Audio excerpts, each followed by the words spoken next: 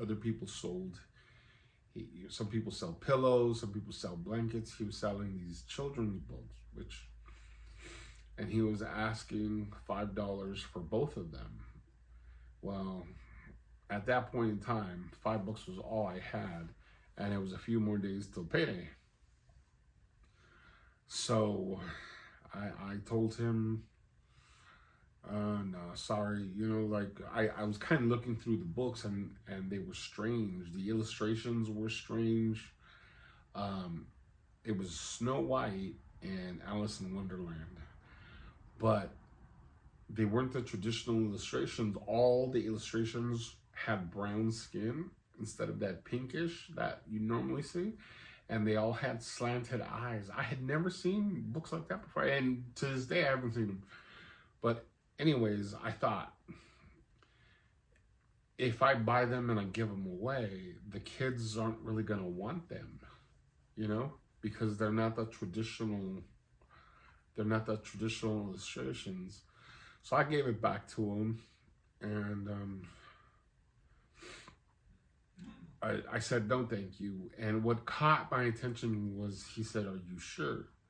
Because he wasn't listening to my words. He was looking at everything else. And I knew that when he said, are you sure, that he was intelligent. And I told him, yeah. And so I began to step away, and I swear I took 2, maybe 3 steps.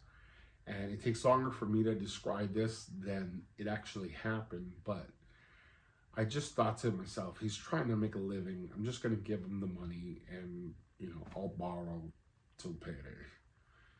And I always had somebody who was willing to loan me money. And so I took like 2 steps, and I turned around to give the guy the money, and he was completely gone.